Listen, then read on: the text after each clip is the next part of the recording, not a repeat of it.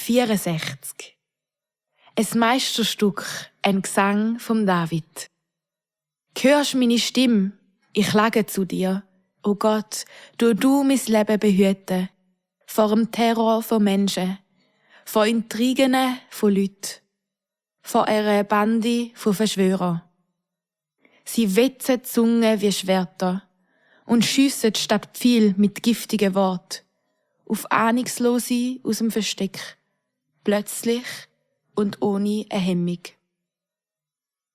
Sie stacheln sich gegenseitig an und planen zusammen ihre Verbrechen und sagen, wer könnte es schon merken? Und kommt die eine der Sache auf die Spur? Wir würden es gleich schaffen. Der Plan ist perfekt. Das Herz vom Mensch ist ein Abgrund.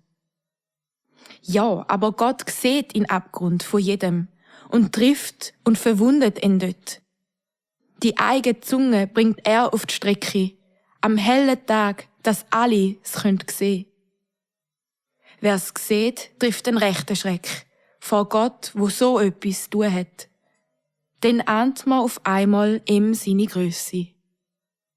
Bewährte dürfen sich dann aber freuen und Zuflucht finden bei ihm. Aufrichtige können dann stolz sein und singen, er ist mehr wert als alles.